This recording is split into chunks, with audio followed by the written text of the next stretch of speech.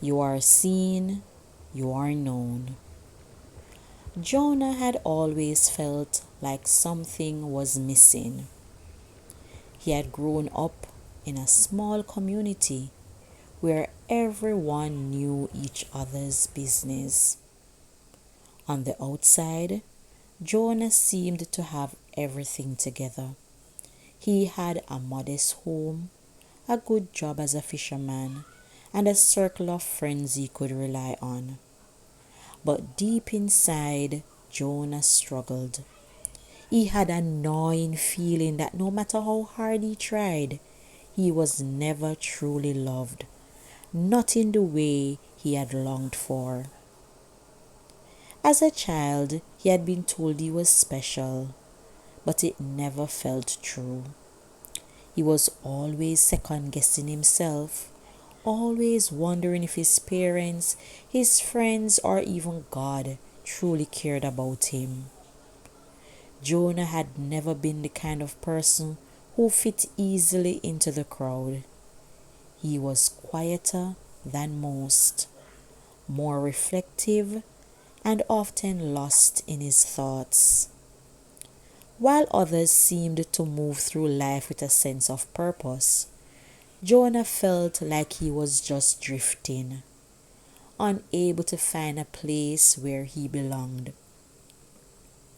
One evening, after a long day of fishing, Jonah sat on the edge of the dock staring at the stars. The cool night air washed over him, but it did little to soothe his heart.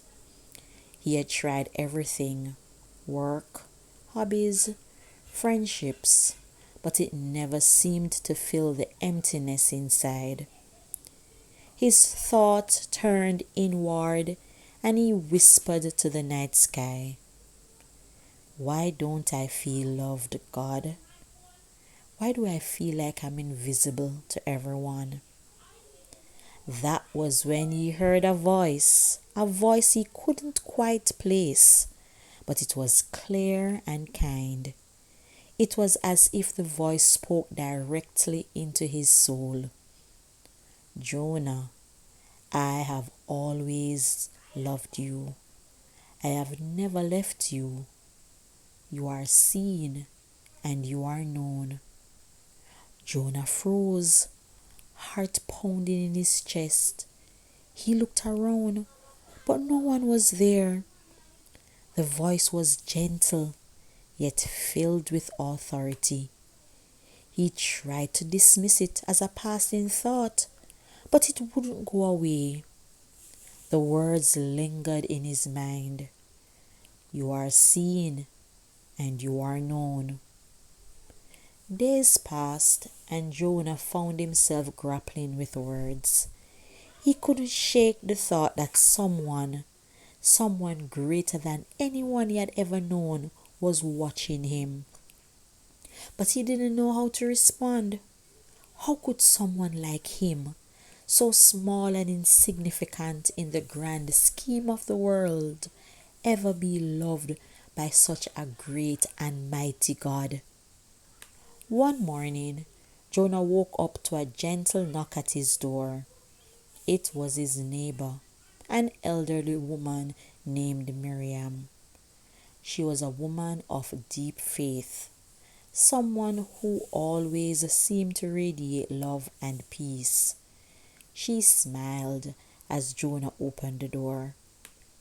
"Jonah, I've been praying for you," she said softly.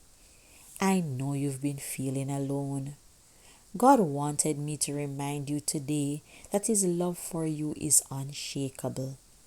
There is nothing you can do that will make Him love you any less. You are His beloved." Jonah's heart stirred. Miriam had no way of knowing what he had been feeling, yet her words pierced through his doubts and fears.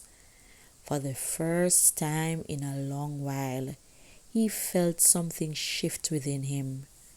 A tear slipped down his cheek, not from sorrow, but from the realization that he was loved, truly, deeply loved.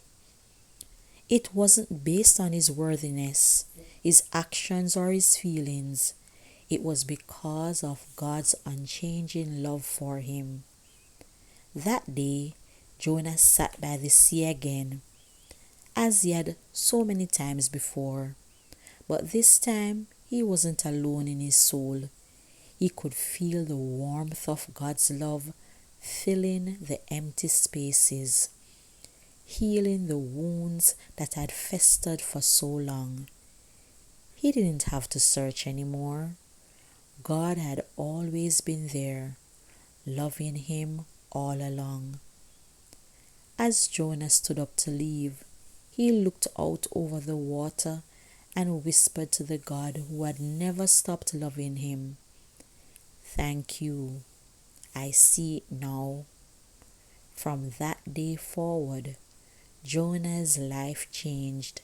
He still had days where he struggled, days when the loneliness crept back in, but he always remembered that God's love was constant, a love that would never fail him.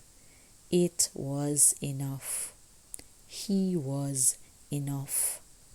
And for the first time, Jonah truly felt loved, not because of what he had done, but simply because he was known and treasured by the Creator of the universe. You are seen and you are known.